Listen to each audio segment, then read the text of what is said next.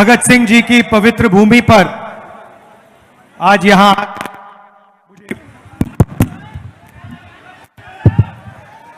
आकर मुझे बहुत खुशी हो रही है। आप यहां गर्मी में आए, दूर दूर से आए, मेरी बात सुनने आए, इसके लिए आप सबको दिल से धन्यवाद करता हूं और आपका यहां स्वागत करता हूं। भाइयों और बहनों, ये जो चुनाव है, इस चुनाव में पहली बार हिंदुस्तान की इंडिपेंडेंस के बाद पहली बार संविधान पर आक्रमण हो रहा है।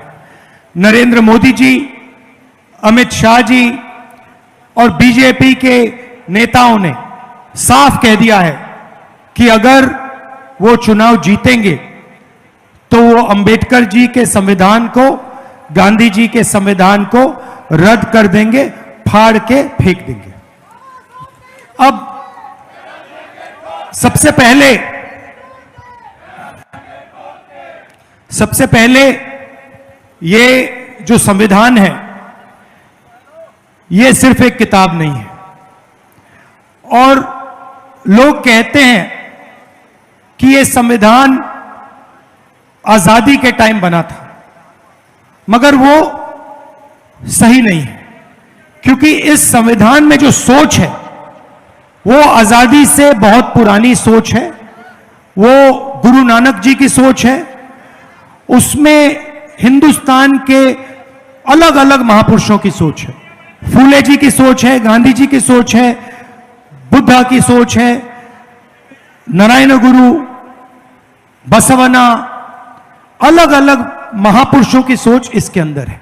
और जब बीजेपी के लोग, आरएसएस के लोग इस पर आक्रमण करते हैं तो वो हिंदुस्तान के इतिहास पे, हिंदुस्तान की हिस्ट्री पे, हिंदुस्तान का जो दिल है उस पर आक्रमण कर रहे हैं। तो इस चुनाव में सबसे जरूरी बात अंबेडकर जी का, गांधी जी का जो संविधान है उसकी रक्षा करने का मिशन है। और हम सब मिलकर, कांग्रेस पार्टी के कार्यकर्ता, कांग्रेस पार्टी के सारे नेता, हम सब मिलकर जनता के साथ यह काम पूरा करेंगे। शहीद भगत सिंह जी की बात करते हैं और उनके बारे में कहा जाता है कि वो हिंदुस्तान के लिए शहीद हुए। यह बिल्कुल सच है, मगर यह नहीं कहा जाता कि वो एक बहुत गहरे पॉलिटिकल थिंकर थे। और अगर आप उनकी सोच को देखें तो उनकी भी सोच संविधान में रिप्रेजेंटेड है। तो इसीलिए मैं यहां आया हूं आपसे कहने कि जो भी हिंदुस्तान के लोगों को मिला है, दलितों को मिला है, आदिवासियों को, पिछड़े वर्ग को, किसानों को, जो भी मिला है, जमीन का हक हो, रिजर्वेशन हो, पब्लिक सेक्टर हो, जो भी मिला है इस किताब के माध्यम से मिला है। और आज बीजेपी के लोग खुलकर इस पर आक्रमण कर रहे हैं। आपके सवाल हो, 2-3 सवाल हो जो आप मुझसे पूछना चाहें, पूछिए प्लीज, मैं आपके जवाब देता हूं। 1 सेकंड माइक दे देंगे आपको। कौन कौन सवाल पूछेगा? यहां से पूछेंगे। बोलिए बोलिए।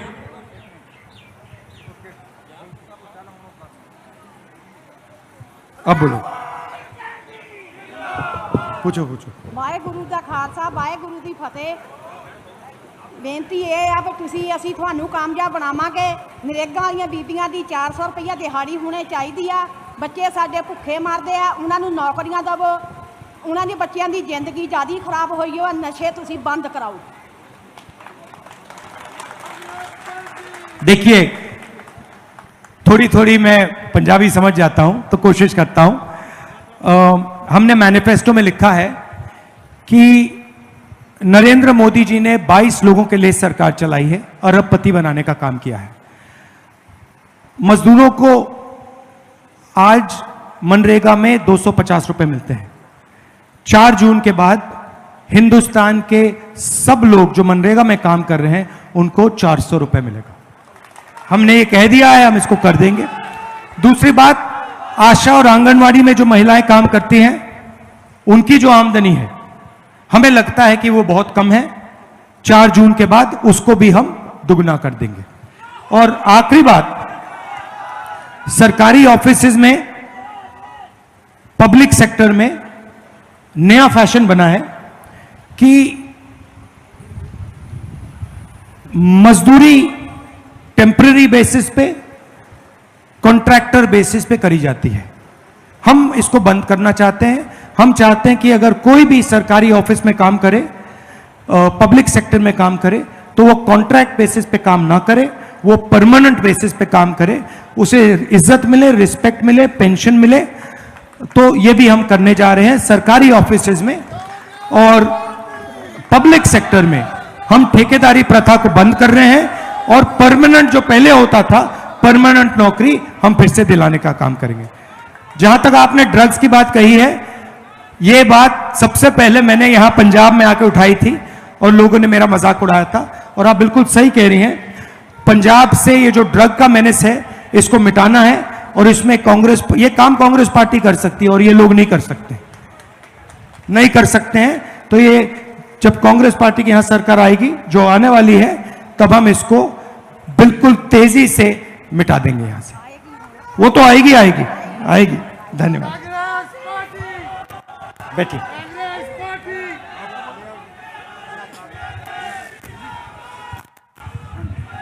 मैं ज्ञानचंद एक आम आदमी, मैं ज्ञानचंद एक आम ਆਦਮੀ ਆ। मैं ਲੱਕੜ ਦਾ ਕੰਮ ਕਰਦਾ ਸੀ। ਅੱਜ ਤੋਂ 10 ਸਾਲ ਪਹਿਲਾਂ ਬਹੁਤ ਵਧੀਆ ਕੰਮ ਚੱਲਦਾ ਸੀ। ਅੱਜ ਹਾਲਾਤ ਇਹ ਹੋ ਗਏ ਕਿ ਸਾਰੇ ਅਸੀਂ ਘਰ ਦੇ ਰੋਟੀਆਂ ਆਵਾਜ਼ਾਰ ਹੋ ਗਏ। ਮੇਰੇ ਖਿਆਲ ਆ ਕਿ ਮੇਰੇ ਵਰਗੇ ਤੁਹਾਡੇ ਵੀ ਬਹੁਤ ਸਾਰੇ ਬੱਚੇ ਆ ਜਿਹੜੇ ਘਰਾਂ 'ਚ ਡਿਗਰੀਆਂ ਕਰਕੇ ਬੈਠੇ ਆ, ਕੋਈ MBA, ਕੋਈ BCA, ਕੋਈ ਕੁਝ ਕਰਕੇ ਬੈਠਾ, ਕਿਸੇ ਨੂੰ ਕੋਈ ਕੰਮ ਨਹੀਂ, ਕੋਈ ਐਸਾ ਇਲਾਕੇ 'ਚ ਫੈਕਟਰੀ ਨਹੀਂ। बहुत लोग दुखी आ। महंगाई इन्नी हो गई, जरा सिलेंडर 350 का सी अज 1200 का हो गया। हुण मोदी साहब ने थोड़ा 100 रुपया घटा के मैनूं लगदा 1500 का फिर करने नूं फिरदा। तुसीं बिल्कुल मोदी नूं वोट नहीं पानी। वोट साडे आ प्रधानमंत्री के जिहड़े हकदार आ, इन्हां नूं वोट दिओ तां कि इन्हां नूं वोट प्रधानमंत्री बनाइए, तां कि असीं अपने हक लईए। ये आपने जो बोला, ये आपने बिल्कुल सही बोला है कि नरेंद्र मोदी जी ने हिंदुस्तान की अर्थव्यवस्था को रोक दिया है और जो छोटे बिजनेस वाले हैं, स्मॉल मीडियम बिजनेस वाले हैं, हाथ से जो काम करते हैं, उनको सबको खत्म कर दिया है। 2-3 तरीके से किया है। सबसे पहले उन्होंने पूरा का पूरा सपोर्ट अदानी जैसे लोगों को दिया है। अब अदानी जैसे लोग जो हैं, जब ये इनको पैसा देते हैं तो ये पैसा हिंदुस्तान में खर्च नहीं करते हैं। ये पैसा अमेरिका में जाके, जापान में जाके, दुबई में जाके ये लोग खर्च करते हैं। तो इससे हिंदुस्तान की अर्थव्यवस्था को फायदा नहीं होता। पहली बात यह है। दूसरी बात, नरेंद्र मोदी जी ने छोटे व्यापारियों को मारने के लिए गलत GST और नोटबंदी की। मीडिया कहता है कि नोटबंदी और GST से देश को फायदा हुआ है, मगर सच्चाई यह है और पूरा हिंदुस्तान जानता है कि नोटबंदी और GST ने हिंदुस्तान का नुकसान किया और खासतौर से जो छोटे बिजनेसेस हैं उनको खत्म किया। अब देश में रोजगार छोटे बिजनेसेस देते हैं। अंबानी जी देश को रोजगार नहीं देते, अदानी जी रोजगार नहीं देते। तो मैं आपको अपनी सोच के बारे में बताना चाहता हूं। हमारा प्लान क्या है? सबसे पहले किसानों को हम गारंटीड कानूनी मिनिमम सपोर्ट प्राइस दे रहे हैं, तो और उनका कर्जा माफ करने जा रहे हैं। तो अब किसानों के जेब में इंडिया गठबंधन की सरकार पैसा डालेगी, पहला काम। दूसरा काम जो मैंने अभी आपको कहा, मजदूरों को 250 रुपए नहीं 400, आंगनवाड़ी और आशा महिलाओं को दुगना, उनके बैंक अकाउंट में पैसा डाल रहे हैं। तीसरा, महालक्ष्मी योजना। हिंदुस्तान के सब गरीब लोगों की लिस्ट बनेगी। पंजाब में, उत्तर प्रदेश, बिहार, हर प्रदेश में जो भी गरीबी रेखा से नीचे हैं उनके नाम लिस्ट पे आएंगे। हर परिवार में से एक महिला का नाम चुना जाएगा और उस महिला को हर महीने 8,500 रुपए ठकाठक अंदर, साल के 1 लाख रुपए। तो करोड़ों महिलाओं को हम साल का 1 लाख रुपए देंगे और वो उस दिन तक मिलेगा जब तक वो गरीबी रेखा से निकल जाएंगे। तीसरी बात, पहली नौकरी पक्की स्कीम। आपने ग्रेजुएट्स की बात की, आपने इंजीनियर्स की बात की। हिंदुस्तान में मोदी जी ने इंजीनियर्स को, ग्रेजुएट्स को कहा कि आप लोग पकड़ो बनाओ। मैं दिल्ली रेलवे स्टेशन गया, वहां एक युवा मिला, सिविल इंजीनियर, वो कुली का काम कर रहा है। तो यह बहुत बड़ी समस्या है, बेरोजगारी की समस्या है। इसको हल करने के लिए पहला काम 30 लाख सरकारी नौकरियां हम आपके हवाले करने जा रहे हैं जो खाली पड़ी हुई हैं।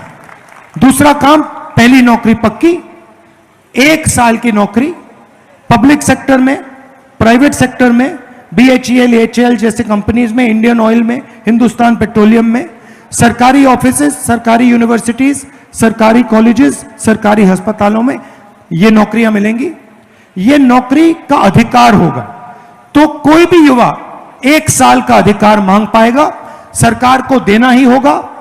महीने का 8,500 रुपए, साल का 1 लाख रुपए, खटाखट खटाखट खटाखट अंदर।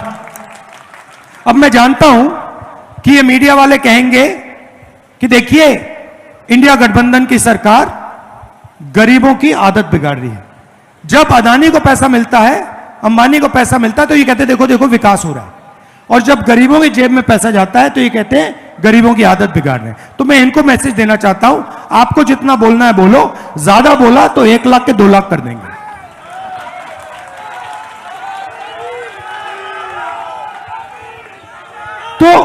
तो हमारा आइडिया क्या है, जो नरेंद्र मोदी जी ने आपके जेब से निकाला, गलत GST लगाकर, नोटबंदी, अदानी की मदद करके, किसान का जो बिल लाए, जो आपने उनके जेब से निकाला पिछले 10 साल, वो हम आपके जेब में डालना चाहते हैं। अब ये मत सोचिए कि हम सिर्फ आपके जेब में पैसा डालना चाहते हैं। हमारा एक और लक्ष्य, छुपा हुआ लक्ष्य, हम क्या करना चाहते हैं, जैसे उन्होंने अदानी जी को पैसा दिया, अदानी जी ने इसको विदेश में खर्च किया, हम आपके जेब में पैसा डालना चाहते हैं, क्योंकि हम जानते हैं कि आप इस पैसे को यहीं खर्च करोगे, गांव में खर्च करोगे, शहरों में खर्च करोगे, हिंदुस्तान में खर्च करोगे। जैसे ही आप ये पैसा खर्च करना शुरू करोगे, कैसे खर्च करोगे, कोई शर्ट खरीदेगा, पैंट, जूते, camera, mobile phone, motorcycle, scooter, ये चीजें खरीदोगे। जैसे ही आप ये चीजें खरीदना शुरू करोगे, इन सारे के सारे प्रोडक्ट्स का डिमांड बढ़ेगा। जैसे डिमांड बढ़ेगा, फैक्ट्रियां इन चीजों को बनाना शुरू कर देंगी, और उन्हीं फैक्ट्रियों में जिन लोगों की आप बात कर रहे हो, जो अनएम्प्लॉयड ग्रेजुएट्स हैं, उनको रोजगार मिलना शुरू हो जाएगा। तो हमारी सोच है कि हम हिंदुस्तान की इकोनॉमी को जंप स्टार्ट करें। जैसे गाड़ी में, मोटरसाइकिल में पेट्रोल डाला जाता है, उसके बाद चाबी घुमाई जाती है। अब नरेंद्र मोदी क्या कर रहे हैं, पेट्रोल निकाल दिया गाड़ी से, आपके जेब में से पेट्रोल निकाल दिया, सबके जेब में से पेट्रोल निकाल दिया, और वहां बैठे चाबी घुमा रहे हैं, कुछ हो ही नहीं रहा है, गाड़ी स्टार्ट ही नहीं हो रही। तो इसीलिए हम आपके जेब में पैसा डाल रहे हैं, और हम लाखों करोड़ रुपए डालेंगे, किसानों को देंगे, मजदूरों को देंगे, छोटे व्यापारियों को देंगे, युवाओं को देंगे, महिलाओं को देंगे। उसके बाद जैसे ही हम चाबी घुमाएंगे, गड़गड़ गड़गड़ गड़ स्टार्ट हो जाएगा, खटाखट खटाखट खटाखट इंजन स्टार्ट हो जाएगा। और उससे पहले फटाफट फटाफट फटाफट नरेंद्र मोदी को आउट कीजिए। तो ये हमारी सोच है, ये हमारी सोच है, और इससे पूरे देश के लोगों को फायदा होगा, अर्थव्यवस्था फिर से चालू होगी, और रोजगार युवाओं को मिलना शुरू हो जाएगा। मगर यह सब नहीं हो सकता अगर इसको मिटा दिया गया, अगर यह हमारे हाथ में नहीं है। ठीक है, तो आजादी से पहले जो होता था वो होगा। दलितों को कोई रिस्पेक्ट नहीं मिलेगी, जगह नहीं मिलेगी, पिछड़ों को कोई रिस्पेक्ट नहीं मिलेगी, कोई अधिकार नहीं होगा, गरीब लोगों को कुचला जाएगा, किसानों को परे कर देंगे, मजदूरों को बंदा बिल्कुल बांध देंगे। तो ये इसको बचाना सबसे जरूरी है, और इसको अंबेडकर जी ने दिया, पूरी जिंदगी दी उन्होंने, गांधी जी ने पूरी जिंदगी दी। हमारी जो आजादी की लड़ाई थी, उसको आप आजादी की लड़ाई कह सकते हो, मगर सचमुच में वो संविधान की लड़ाई थी, इसके लिए वो लड़ाई लड़ी गई थी। तो ये मैसेज देना चाहता हूं आपको कि ये सपना देख रहे हैं बीजेपी वाले, नरेंद्र मोदी जी, कि हम संविधान को एक सेकंड भैया, एक सेकंड बोल रहा हूं मैं। तो ये सपना देख रहे हैं कि हम एक बार फिर जैसे आजादी के पहले चलता था वैसे चलाएंगे, पूरी की पूरी सरकार अदानी जी के लिए चलाएंगे। एयरपोर्ट उनको दे दिए, पोर्ट्स दे दिए, इंफ्रास्ट्रक्चर दे दिया, डिफेंस इंडस्ट्री दे दी। आपको मालूम है अग्निवीर क्यों लागू किया? आप जानते हो अग्निवीर क्यों आया? जानते हो? मैं आपको बताता हूं। डिफेंस बजट में या आप हथियार खरीद सकते हो या फिर आप जवानों की देखभाल कर सकते हो। नरेंद्र मोदी जी ने अदानी जी को डिफेंस इंडस्ट्री के सारे कॉन्ट्रैक्ट पकड़ा दिए। आप इंटरनेट पे जाइए, पहले हिंदुस्तान की जो राइफल थी वो इंडियन ऑर्डिनेंस फैक्ट्री बनाती थी, कारतूस जो थे इंडियन ऑर्डिनेंस फैक्ट्री बनाती थी, हवाई जहाज HAL बनाता था। आज अगर आप जाएंगे अदानी डिफेंस को देखिए, इंटरनेट पे जाइए, अदानी डिफेंस टाइप कीजिए। अदानी डिफेंस हिंदुस्तान की राइफल बनाएगा, सारे कारतूस बनाएगा, सारे शेल्स बनाएगा, सारे फील्ड गन्स बनाएगा, ड्रोन बनाएगा, हवाई जहाज बनाएगा, सारा का सारा अदानी डिफेंस बनाएगा। पूरी की पूरी डिफेंस इंडस्ट्री अदानी जी को पकड़ा दी है, इन लोगों को पकड़ा दी है, पब्लिक सेक्टर को परे कर दिया है। और फिर कहते हैं कि हम 2 तरीके के जवान बनाना चाहते हैं। मतलब पहली बार हिंदुस्तान की हिस्ट्री में ये 3 कानून लाए किसान वाले, इन्होंने इनकी कोशिश थी किसानों को मजदूर बना दो। अब इन्होंने नई चीज की है, अग्निवीर योजना में जवानों को मजदूर बना दिया है। सही बात है ना कि आप आओ, आप यहां 3 साल काम करो, उसके बाद जूता मार के आपको बाहर भगा देंगे। 2 तरीके के जवान होंगे, एक अमीर घर का बेटा होगा, एक अमीर घर का बेटा होगा, उसे पेंशन मिलेगी, उसे कैंटीन मिलेगी। अगर वो शहीद होता है तो उसको शहीद का दर्जा मिलेगा, कॉम्पनसेशन मिलेगी, परिवार की पूरी रक्षा होगी और उसको फुल ट्रेनिंग मिलेगी। और गरीब घर के बेटे को कहते हैं कि भैया आपको 6 महीने की ट्रेनिंग देंगे, चाइना के सामने खड़ा कर देंगे। चाइना के जो सैनिक है उनको 5 साल की ट्रेनिंग होगी, आप उनसे लड़ोगे, आपकी 6 महीने की ट्रेनिंग, उनकी 5 साल की ट्रेनिंग, नतीजा सबको मालूम है। और जब आप शहीद हो गए तो हम आपको ना शहीद का दर्जा देंगे, ना कॉम्पनसेशन देंगे, ना आपकी फैमिली की रक्षा करेंगे। तो 2 तरीके के शहीद बना दिए हैं, एक अमीर घर का बेटा, दूसरा गरीब। और गरीब वाले से कह रहे हैं कि भैया आपको 3-4 साल बाद निकाल देंगे, पेंशन नहीं देंगे, शहीद का दर्जा नहीं देंगे। ये हमारे लिए एक्सेप्टेबल ही नहीं है। ये सेना का अपमान है, देशभक्तों का अपमान है, आर्मी का अपमान है, इसको हम एक्सेप्ट नहीं करेंगे। जैसे ही हमारी सरकार आएगी पहला काम होगा अग्निवीर योजना को फाड़ के कूड़ेदान में फेंक देंगे। हमें 2 तरीके के शहीद नहीं चाहिए, हमें सिर्फ एक तरीके का शहीद चाहिए जिसकी रिस्पेक्ट हो। शहीद भगत सिंह जी जैसे, उनकी रिस्पेक्ट है, सब लोग इज्जत देते हैं। यहां पे अभी म्यूजियम बनाया, स्टैचू बनाई, स्मारक बनाया, हर शहीद की ऐसी इज्जत होनी चाहिए। अभी 2 दिन पहले मैं एक अग्निवीर से जाके मिला, अग्निवीर के परिवार से जाके मिला जो शहीद हुआ। अभी उसको कॉम्पनसेशन नहीं मिली है, उसको शहीद का दर्जा नहीं मिला है, उसको देश भूल गया। तो ये तो एक्सेप्टेबल ही नहीं है, इसको हम एक्सेप्ट करने को तैयार ही नहीं है। इसलिए हम इसको फाड़ के फेंक देंगे, जैसे पहले हुआ करता था। जवान मजदूर नहीं होगा, जवान जवान होगा और जवान को पूरी रिस्पेक्ट मिलेगी। धन्यवाद।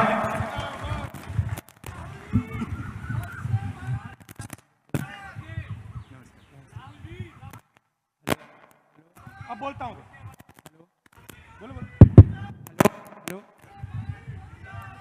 हेलो सर, मैं वॉलीबॉल इंडिया ਨੈਸ਼ਨਲ ਪਲੇਅਰ ਹੂੰ। ਹਾਂਜੀ, ਤੇ ਪੰਜਾਬ ਦੇ ਵਿੱਚ ਬਹੁਤ ਨਸ਼ਾ ਵੱਧ ਗਿਆ ਤੇ ਨੌਕਰੀ ਵੀ ਨਹੀਂ ਮਿਲਦੀ ਪਈ ਤੇ ਪੰਜਾਬ ਨੂੰ 골ਡ ਸਿਲਵਰ ਸਭ ਕੁਝ ਦੇਖ ਲਿਆ ਦਵਾ ਕੇ ਤੇ ਸਰਕਾਰ ਨਹੀਂ ਕੁਝ ਕਰ ਰਹੀ ਤੇ 23 ਈਅਰ ਮੇਰੀ 올ਡ ਈਅਰਸ ਹੋ ਗਿਆ ਤੇ ਬਾਕੀ ਸਕੂਲ ਵਾਲੇ ਤੇ ਕਾਲਜ ਵਾਲੇ ਵਜ਼ੀਫਾ ਕੋਈ ਨਹੀਂ ਦੇ ਰਹੇ ਤੇ ਬਸ ਇਹੀ ਧੱਕਾ ਚੱਲ ਰਿਹਾ ਪੂਰਾ ਤੇ ਲੜ ਰਹੇ ਆ ਪੰਜਾਬ ਦੇ ਨਾਲ। ਪੂਰਾ ਮੈਡਲ ਵੀ ਦਿਵਾ ਰਹੇ ਆ, ਆਲ ਇੰਡੀਆ ਨੈਸ਼ਨਲ ਸਭ ਖੇਡ ਲਏ ਆ ਤੇ ਮੈਡਲ ਵੀ ਹੈਗੇ ਆਪਣੇ ਕੋ तो बट फिर भी इत्थे रोल रहे हैं सड़कों के आज। अच्छा लगा आपसे मिलकर। तो इसी चीज को हम सॉल्व करना चाहते हैं, इसीलिए हम पहली नौकरी पक्की स्कीम ला रहे हैं, 30 लाख युवाओं को रोजगार देने का काम कर रहे हैं और आपके जेब में हम पैसा डालकर अर्थव्यवस्था को चालू करने की कोशिश कर रहे हैं। आपने रिजर्वेशन की बात उठाई, देखिए हिंदुस्तान में 50% पिछड़े वर्ग के लोग हैं, 15% दलित, 8% आदिवासी, 15% माइनॉरिटी, 5% गरीब जनरल कास्ट, 90% से ज्यादा ये लोग हैं। बीजेपी के लोगों ने साफ कहा है कि हम रिजर्वेशन को खत्म कर देंगे। आरएसएस के चीफ ने कहा है कि रिजर्वेशन से देश को नुकसान होता है। हमारे मैनिफेस्टो में साफ लिखा है, आज जो 50% की लिमिट है रिजर्वेशन को पर, उसको हम हटा देंगे और रिजर्वेशन को बढ़ा देंगे, क्योंकि हमारा काम 90% के लिए काम करने का है। हमारा काम 1% के लिए काम करने का नहीं है।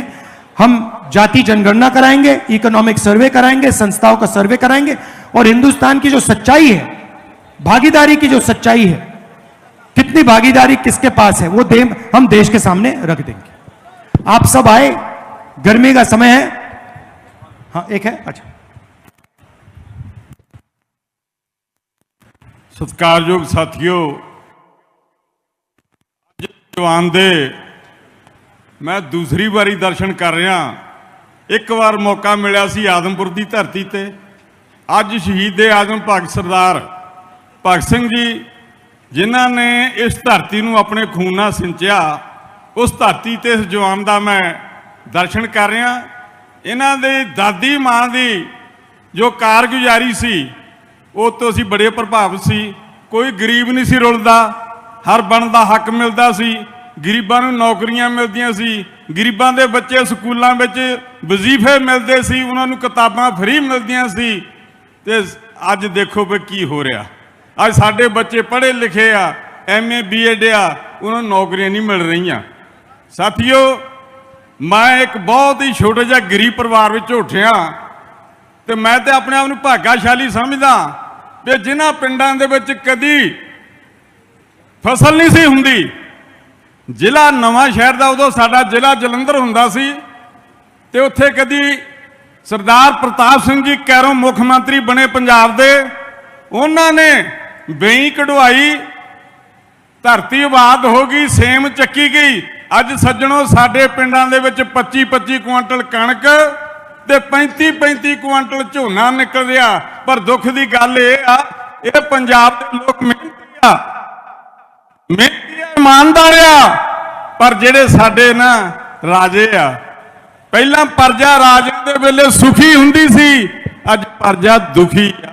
मैं राहुल जी तुहानूं इक्को बेनती करनी चाहुंदा, इन्हां पंजाब दे लोकां नूं ना भुल्लिओ, ये तुहाडे नाल खड़े आ। मैं कहणियां तुहाडा इस धरती ते आउण ते धन्नवाद, दिलों धन्नवाद करदा। जी आया। वाहिगुरू जी का खालसा, वाहिगुरू जी की फतेह।